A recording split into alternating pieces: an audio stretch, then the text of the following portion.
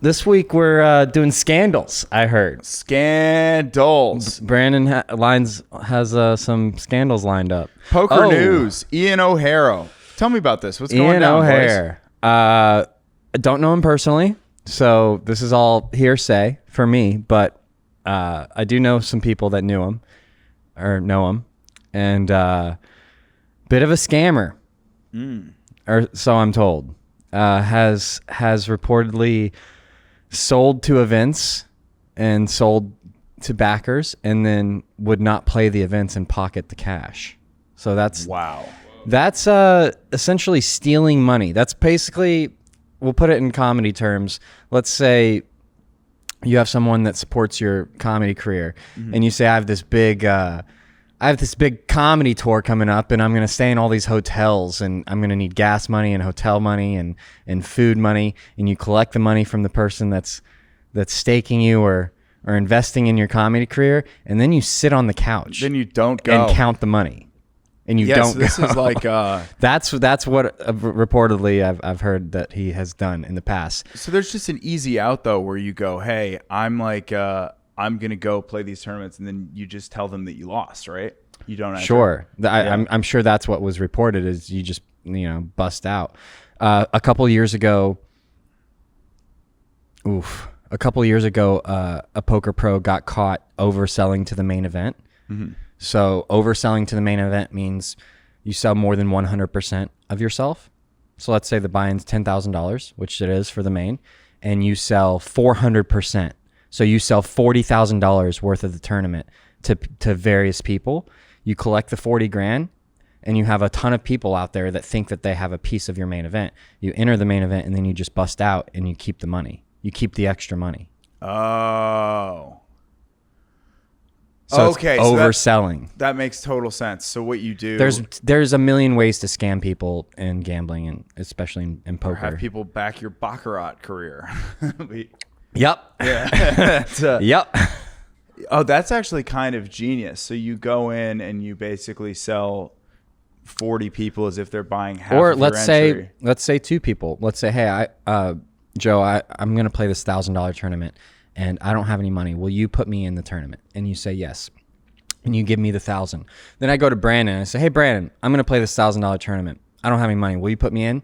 Sure. And he gives me the $1,000. So I take one of the $1,000, enter the tournament, immediately bust out, and I have $1,000 free from Brandon. Holy and shit. I tell both of you that I lost, which I did. Pretty fun. Is there for these backings, is there ever contracts signed or anything? Is it more just hearsay? No, there's the contracts can be signed, and then I personally know people that are on because they're not trustworthy, and they've gotten in deep makeup where they owe these people lots of money, so they kind of become enslaved to the backers, and they're not trustworthy with the funds. So what the backers will do is they will have someone with the buy-in meet them at the casino, buy them in, get the ticket, take a picture of the ticket, and then that's it. The funds aren't ever entrusted with the player. Yeah. So it's you need to buy in with this. You have only the amount to buy into the tournament, and I need a receipt immediately. Yeah. Yeah, and they do that over and over and try to get out of makeup. Yeah, this guy... It's crazy out there. They're saying that he's had multiple scandals. So at first he scammed two poker players, Jaffe and Collis, discovered that he was a sting for almost $750,000. And he paid him back and then swore he'd never scam again. And that was in 2022. And then it came out a year later that he started scamming backers of around $1 million.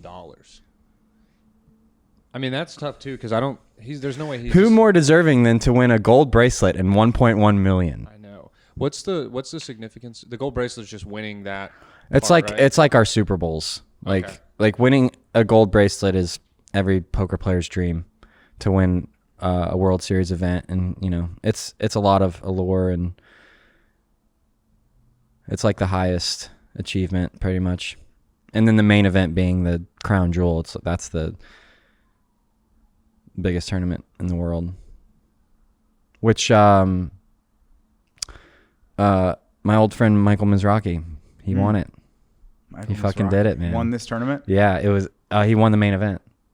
The main event. He won the main event. It was incredible. Wait, to watch. holy shit! He won. He won the main event. Whoa! Yeah, it was his year. Wait. He shipped the whole thing. It's so cool to watch, man. He's a great guy. What was the winning hand? 10-3 of clubs. He made a flush versus top 2 pair. Is it on YouTube? Yeah. Michael Mizrachi has capped off the most impressive There it summer is. we've ever seen at the World Series of Poker, winning both the $50,000 Poker Player Championship as well as the 2025 main event. Wow. Those scores were good for $1.3 million and $10 million, bringing his total winnings for the 2025 World Series of Poker to over $11.3 million. The craziest part of this story is that on day 8, Mizrachi was down to just 3 big blinds after losing Ace-Jack all-in versus Ace-Queen, and that's where things, as you can see here, began to turn. We start small. Ace-King versus Ace-10 all-in pre. Mizrachi needs to hold to survive the tournament. Jack 7-6, queen for Mizrachi. No king. Turn is a queen. No king. A king eliminates Mizrachi. River Ace, still alive. Is the grinder. This brings us Wow. to our It's next the same hand with ace of diamonds he 4 players hit. left, 4 Wait, why would a king eliminate him there? Didn't he have a king? It would have made a straight for Ace-10. Oh, okay. Got it. Yeah. Ace 6, all of it. Yeah, he's probably going to have a customer here. Absolutely. It was so There's fun no to way watch, happy to man. Make the call with Wow. the Ace 7. Hold on. Let's see. Ooh, king got a 8-5 spade. with 2 spades. 6 of spades in hand Yeah. for Mizrachi. Okay. You're optimistic. I am. Oh, baby, the turn is the jack of spades. I can see why you're optimistic. The river is the ace Oh, of there it is. The grinder's back. The critical ace of spades on the river Holy saves shit. Mizrachi, moving him up to 9 big blinds now. Still not much of a stack, but alive in the tournament with a chance to make some moves. With an instant elimination out of his mind, Mizrachi could now take a look at the pay jumps, anywhere from $360,000 for busting immediately, all the way up to a $10 million top prize. The next big hand for Mizrachi happens at 12 big blinds, all in with King Jack against Braxton Dunaway's pocket. We could just go to the 5s. end if you want. The winning hand. We take that river. Michael Mizrachi the trap. Cool. And just like that, we are down to heads up. Gigantic chip lead for Michael Mizrachi, but now he's got to close it out. In the first major hand of heads up play, we see a gigantic cooler situation. Top 2 up against a turn flush. They both Mizrachi trap each checks other. it to trap his opponent, faces a bet, check raises all in with his signature. We're going upstairs. And after a quick call, we are all in, and he just needs to fade a full house, and he will win the WSOP main event. But before we take that river, Michael Mizrachi is 91% to win this hand. And I thought to myself, man, I've seen him win a lot of all-ins. So I went back and went to the 10 major all-ins that he had. These are mainly hands he was all in, but there were a few big pots where his opponent was all in for giant pots. And in total, there were 10 sizable all-ins where he had the following percentages. He won all 10. Holy The chance shit. of winning all 10 of those, just 0.14%. A little over It was his fucking year. 1,000 times to win that many all-ins. It And was here we his take fucking The year. final river of the World Series of Poker 2025 main event. It's over. It's over. We won. Let's go. Wait a minute. It's not over, Grinder. He knows. He knows. He's already celebrating. He's just, it's his year. He's not going to get beat. No ace or nine. Shit. I didn't know that. Shit. No ace or nine. No ace or nine. That's all it would take. It's not coming. And it's over. Holy shit. I got a funny story. I was playing poker 2 nights ago, or a few nights ago, and he got it all in with Ace King offsuit versus Jacks, and I think it was like 57% to like 43%. So he has 43% equity or something. And I bet anyone on the table I would take Ace King here, and I had 3 guys. I bet like $1,500. I was like, it's his year, right? Like he's not going to lose this. Mm-hmm. And they all jumped on the Jacks because the Jacks were more equity. Binked an ace on the river. Fuck. Or no, King on the turn. Yeah, Dude, yeah. that's insane. when it's your year, it's just your year. I mean, talk about like 0.1% chance of winning all that. The odds of like winning both of those bracelets in the same year has got to be like I think he did it like right. 1 in a- 0.14 was was the chance of winning all 10 all-ins. And But then the odds of winning both of those tournaments, like it's one Insane. in like a billion or Insane. something crazy like that. it's wild. Absolutely wild. The grinder, dude. Yeah, he should have his poster up for player of the year, but Sean Deeb got the title this year. The grinder, also JC's favorite app on his phone. What's that? Oh, is that the it's for hustlers? The grinder. Guys that like to make money? Pull it in. Get What is the money, baby. What is that commercial? I thought it was an app to make money. I wanted to hustle. The grinder. The grinder. The fucking grinder. What's the next scandal we got? All right, this one is fun. Do you know Coldplay, Joe? Big fan of Coldplay? Yes, I do know Coldplay. We're all white here. Yeah. All right. So there was What? a Coldplay concert last night at Gillette Stadium. Shout out the Patriots. And there was a video that it's super viral. So this happened last night, and this is just here. I'll play this video for you first. Oh my God. Look at these two. All right. Uh-oh. You're okay? Uh-oh, what?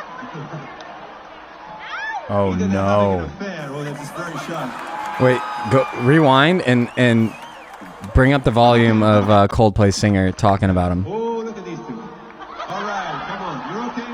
Uh-oh, what? Either they're having an affair or they're just very shy. Oh my God. He calls him out for having an affair, and they're actually having an affair. Holy So shit. Who that is the CEO of Astronomer, a company valued at $1 billion. They explore space and black holes and far galaxies. That's not the only black hole they're exploring. And the lady he's with, Joe, the head of the HR department. Oh my God. How is this real life? No way. God, I love the internet. Yeah, so look, Coldplay's Chris Martin accidentally exposes CEO Andy Byron having an affair with HR chief Kristen Cabot. So this happened Wow. last night. I guess this will be a little bit later for the listeners, but this happened last night. Okay. And All right. They're just embracing each other. You know, they're just holding each other. Like maybe they like hugs.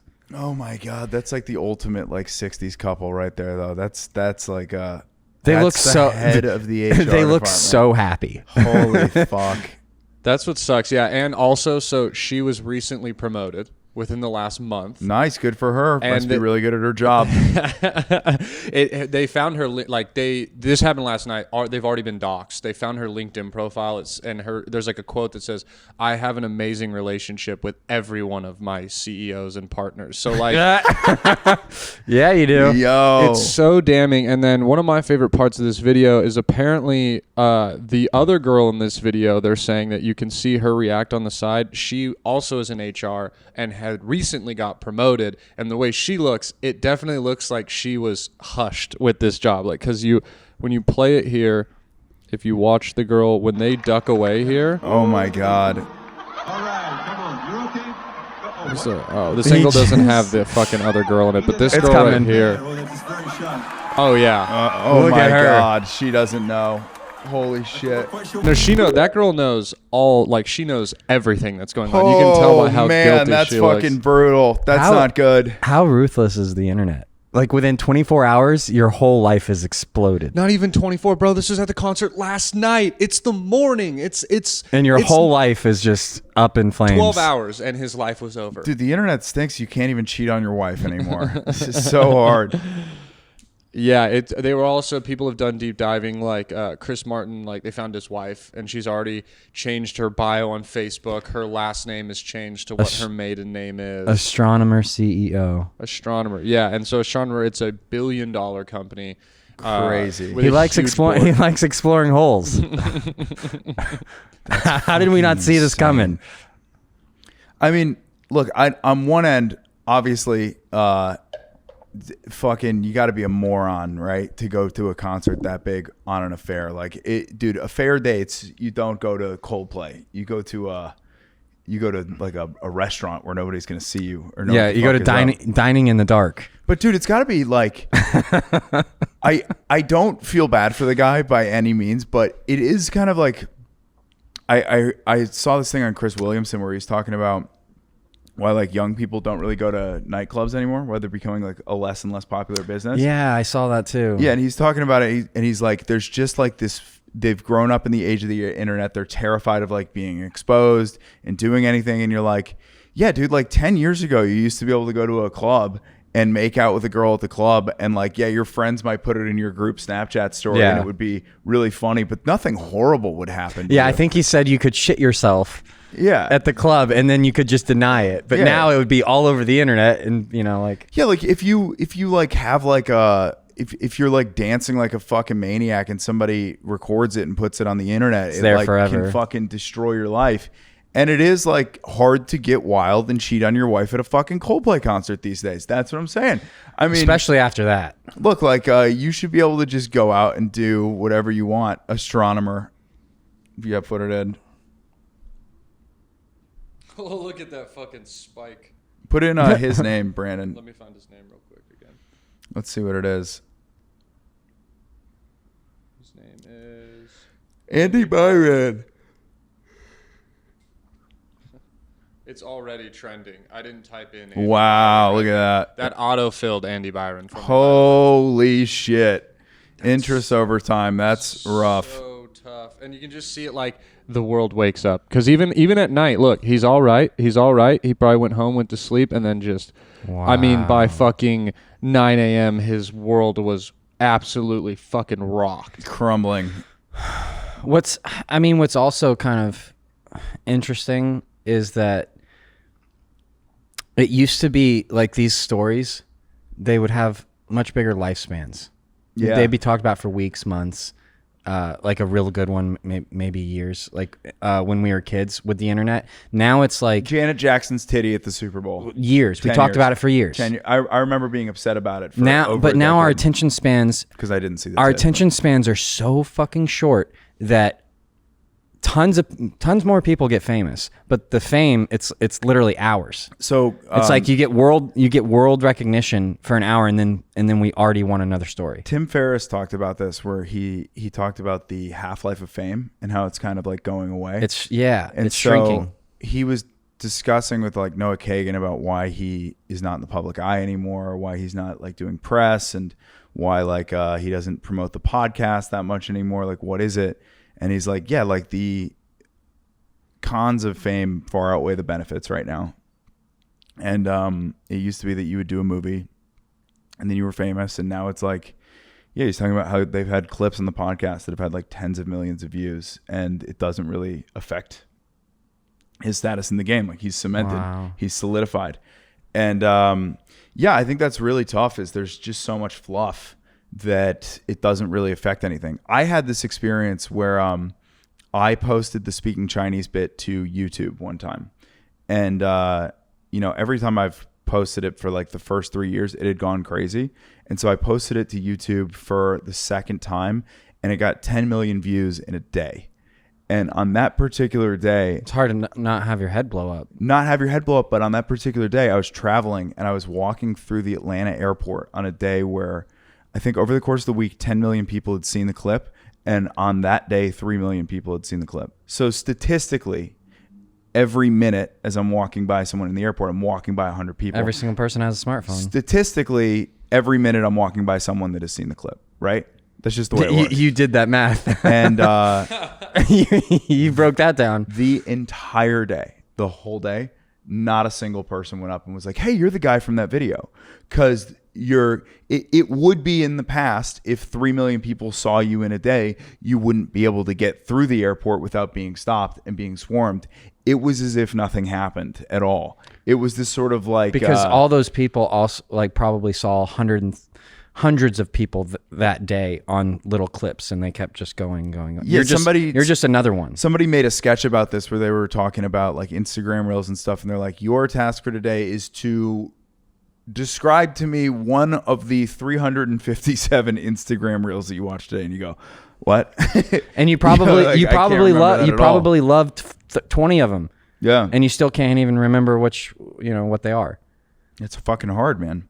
It's overload. I just opened my TikTok to see, and I scrolled through 10 videos on my For You page, and 3 of them had over 5 million likes, which means 20 million views. And that was just a quick scan. Yeah. It's crazy. This is what is important and what I like about longer form content. Like we might only, I think we have something like 100 listeners maybe, or 60 listeners per episode, but those people are engaged. Like if they're locked in. if you're listening to this for 45 minutes, like you care. Well, I've said it a million times. I mean, I will take 10,000 people listening to the podcast over 10 million people watching a short form clip. Easily. I'll trade 1,000 of those every time for one. Another good example of this is my summer in Vegas this year. I was on a vlog episode of this kid, Corey Eyring, and he has like a really loyal fan base, like a very engaged fan base. I think it's something like 80 or 100,000 subscribers, and his videos get 100K views or more. And his latest episode was like an hour long, and I was like the main villain in it. And so all summer long, I had people coming up to me, "Are you a professional poker player? Are you from Corey's video?" Because they're all like super fans of Corey. They're super engaged with his story, and that's how they got introduced to me. And it's also, for some people, it used to be back in the day you would watch like a sitcom, but now instead of watching the sitcom, there's people that will watch Lodge live stream every week instead. Longer form content. And so to them, you're like a character in that TV show. Yeah. You're like if a million people had seen you on an Instagram reel, it doesn't really matter. But the people that watch you on the stream are like, okay, I know this fucking guy. Yeah. Like I know him personally. It's kind of fucking cool.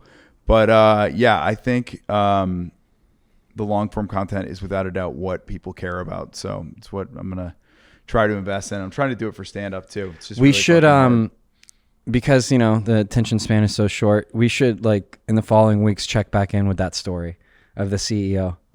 Oh, definitely. I'll keep an eye on it because I want to see how it plays out. He's gonna get fired. And we haven't confirmed, but like, do they have kids? Like we know they're probably both married. Do they have big families? Like what?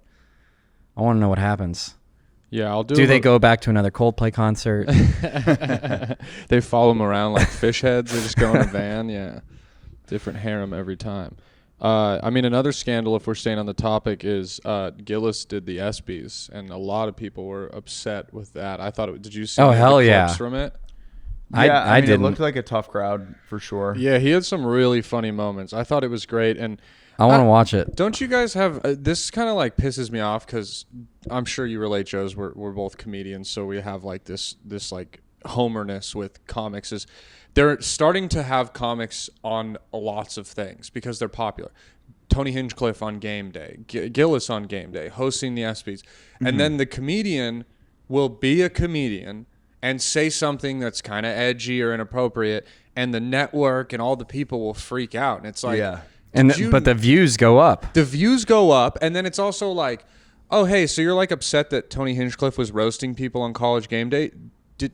Did you research Tony Hinchcliffe for longer than 4 seconds? Like same with Gillis. Like if you didn't you're upset that he's saying inappropriate things. Like did you not see his SNL monologues? Like so he's in a brutal spot right now, which is I think Shane's whole thing is that his whole act is like it's not as polished and put together as other people's stuff. It's inherently a little like more conversational and a little bit more choppy. More like a bro conversation. A bro conversation. That makes it funnier, right? So he's the ultimate bro. There is like he intentionally delivers it in a way where it seems a little schlubby, it seems a little unprepared, and it makes it more likable and it makes it way more funny. Now you take that. I think that's just how he talks.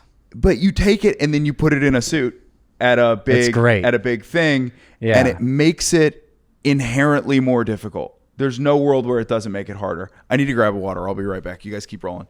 You grab me one too? The monologue, I watched most of it before this, and I agree with you. Yeah, he does this bro-y thing, and it was good. And some of them get some big laughs. I think most of them are like pretty well-written jokes and planned out ideas. But it's like funny because it's a room full of athletes, and they're all so And famous people. and they're all so media trained Yeah. that they might think that's funny, but they're also smart enough to be like, Not react. it's because it was like he has one where he just goes like, the Cowboys were nominated for one of the best teams. He goes, no, they fucking weren't. Dallas sucks. Go Birds. And then it cuts to T.O., who's laughing. And they cut to T.O. because he played for the Cowboys and the Eagles. And then people were like, clearly shows that T.O. likes the Eagles more than he liked the Cowboys. And it's like, yeah, people aren't reacting because that happens. Where it's like you're famous and you're aware like everything I do is going to be scrutinized and looked at in this very weird, odd way. So I like it. I like comedians hosting these things, but it is unfortunate because it's like they're probably not going to have them back. You know? I mean, it makes me want to watch. I haven't watched the ESPYs in forever. Who gives a fuck about the ESPYs? Have any of us ever watched the ESPYs? Has anyone ever I don't watch cared? Golden Globes. I don't watch. You know why the ESPYs exists, right? No. So the ESPYs is there are 4 major professional sports leagues in the U.S. NFL, NBA, NHL, and MLB, right? So the NBA and the NHL seasons end in June, and there's only one sport on TV right now, and that sport is baseball. All-Star Baseball break. goes to the All-Star break. Home Run Derby is one day, and then it is The All-Star the All-Star game. And So then all this the is- athletes can get together. This is the only day of the year where there is no major sports game on television. Wow, Yeah. I didn't know that. That's the funny thing is this is the worst time of sports. It sucks. Even it's not the having doldrums. baseball on like during the day is brutal as a huge sports fan. I still would never watch the ESPYs. Yeah. And they finally are getting people to watch it, but it was Yeah. pretty big deal. So we'll play this. We can skip to People the are song. actually talking about the ESPYs. By the way, the another guy that hosted the ESPYs and got in a ton of trouble was Norm. Yeah. Norm did the- Macdonald? Norm hosted the ESPYs in I think the 90s or the early 2000s and went in and was like making OJ jokes and going after Peyton Manning, and like people were fucking, you could see in the audience there's one joke that he told where I forgot what it was, where they do the audience reaction. Normally everybody's like laughing and everybody's just fucking staring at him. And at different points, the audience is not reacting to Norm. And because he's Norm, he could give Two less of a fucks. fuck. It's so funny. God, I love comedy. It's the best, dude. All right, So I'm going to fun. play some. Yeah, there's a moment you'll really like in this, and then if it doesn't have this one clip, I'll pull something else up. But here's a little montage of it. Hey, hell yeah, bro. And now SGA is here. Give it up for SGA. Hell yeah, bro. And now everybody sitting around him is in foul trouble. Pretty good Joe joke. Rogan actually wanted me to be here to host this award show so that I could capture Adam Silver because Joe thinks he's an alien. And Donald Trump wanted me to be here to capture Juan Soto for the same reason. That's an alien joke. Who booed up there, dude? Shut up. Donald He Trump did, by wants the way, to when I was stage on Kill Tony, he did the same thing to some chick in the audience booed? when I was talking. She booed me during my. He goes, "Shut up, lady." Yeah, He's the fucking best, I dude. love those like little things that get ingrained in comedians' acts out over time. Yeah, he's Like- so fucking great, man. He's Dude, awesome. shut up. Donald Trump wants to stage a UFC fight on the White House lawn. The last time he staged a fight in D.C., Mike Pence almost died.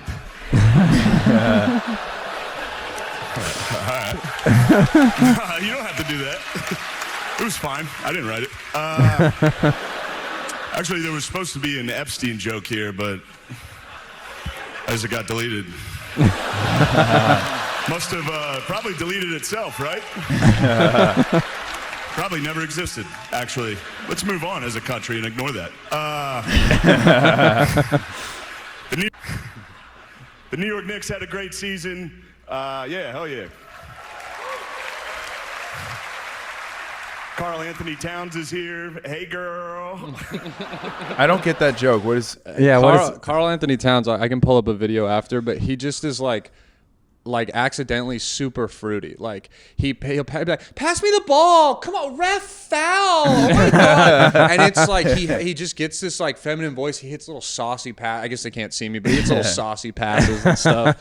So that's a good inside baseball joke. Yeah, it was a good one. And Shedeur Sanders had his jersey number retired at Colorado this year, and people are saying it's because of nepotism, because of his father, and it's not. It's because he went 13-12 over his career, and he almost won the Alamo Bowl.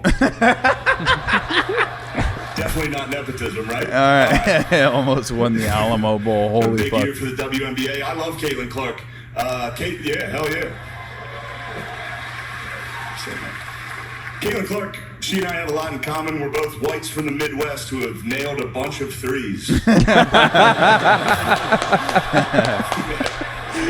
That's so good. There you go. This is not serious. We'll see about this one. When Caitlin Clark retires from the WNBA, she's going to work at a Waffle House so she can continue doing what she loves most, fist fighting black women. We both nailed a bunch of threes. That's one thing I want to say before I get out of here. This is a dumb joke. You guys aren't going to like it, but it was, it's just a Norm Macdonald joke that I loved when he hosted the ESPYs, and I'm going to do it now. Travis Hunter won the Heisman Trophy this year. He's the first defensive player since Charles Woodson to win the Heisman. Congratulations, Travis Hunter, winning the Heisman. That's something they can never take away from you, unless you kill your wife and a waiter. They don't In get which it. case, they can take that away from you. So that, That's why I thought that was the funny. joke. That's why That I was was like, you're the gonna OJ. like this. It's Yeah. perfect that you brought that up because I knew you didn't know. But yeah, he closed on that. He closed on the OJ joke. That was From when you McDonald's. watch the reaction of Norm telling that joke, it's so fucking funny because the wife and a waiter. Shane is, I think, his favorite comic of all time is also Norm, which is Really? Yeah, this is. Let me, if I can find. Please welcome your host, Shane Gillis. It's great. The Shane almost trajectory is died. fucking Actually, I had insane a too. couple- By the way, Skyrocket. dude. My friend was opening for him at the fucking at the like House of Comedy Plano like 5 years ago, and now he's like Wow. one of the biggest comedians on earth. WNBA All-Star. Oh, this is one of my favorite parts right That's here. weird. Four-time WNBA All-Star Brittany Hicks is here. Give it up for Brittany, everybody. I'm joking around. That's my friend's wife. I knew none of you knew WNBA players. That's Matt McCusker and his wife. I knew none of you knew. One of probably the Give it up for funniest Brittany, moments. everybody. Yeah, you can see Matt right there. Yeah, Matt McCuster. He plays into it so well. Yeah, she waves clap. and everything. I'm joking around. That's my friend's wife. I knew none of you knew WNBA players. Oh. By the way, we were at the beginning of the thing. We had Doug Polk up. Dude, I think I'm winning Doug over for sure. Doug has only You met him once, or Doug what? has only seen me do stand up twice, and it was at open mics, and I did all new material and did the best of the night both times. When did he see you second time? Yesterday or the day before that. He went to Buzzmill and did a set. Doug did? Yeah. Oh, sick. Did Doug see me talk about fingers going in my ass? No, but you also had a great set that Did night. you were did you on. talk to him? Yes. Oh, sick. Okay. Yeah. Yeah. I told him that I'm doing a podcast with you. I think he might make the connection. Yeah, I've talked to him about it too. He's the fucking he's the man. And sometimes I will go up at open mics and bomb really, really hard. But With new stuff. Yeah, but both times we've done open mic together, I've killed. So You've had he's been good like, sets. yeah, it's been fucking awesome. So yeah, you're he's probably fanboying you a little bit. I love that. It's awesome. When, Maybe. I mean, he is good friends with Tony now, so maybe not. Yeah. Well, Tony doesn't really know who I am, but whatever. Oh man.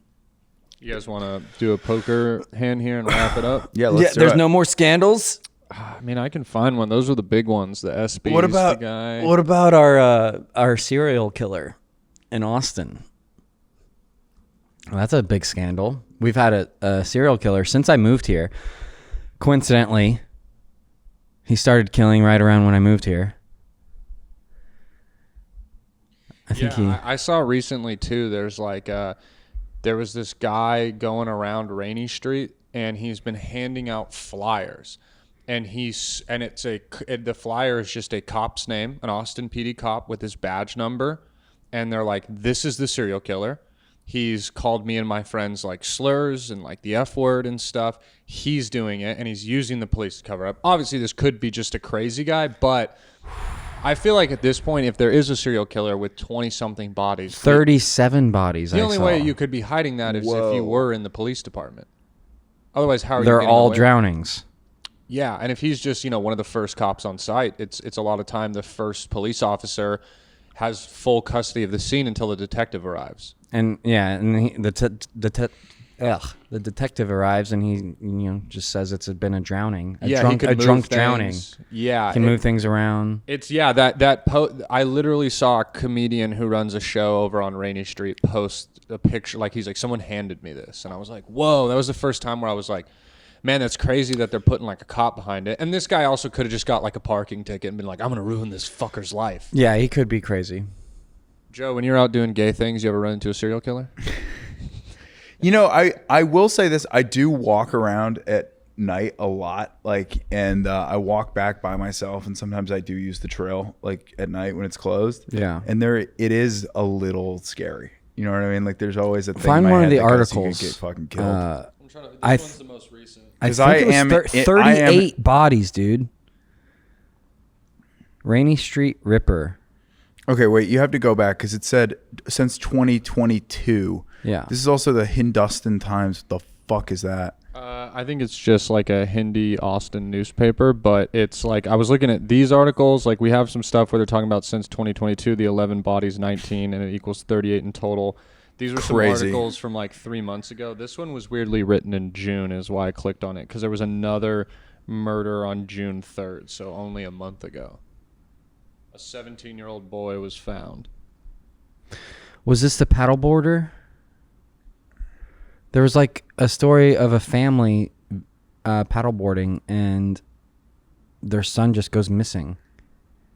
Like the paddleboard is there without their son and they don't know what happened to him. And then he turns up dead in the lake like the next day. Jesus. Yeah. This article kind of sucks, sorry. That's all right. But do we believe in the Rainy Street Killer? Yes or no? Yes. Yes. Yeah, absolutely. I think anyone that lives in Austin does. Mm. If you live in Austin, you keep hearing the stories. I have a good friend who I play cards with. His name's Tito.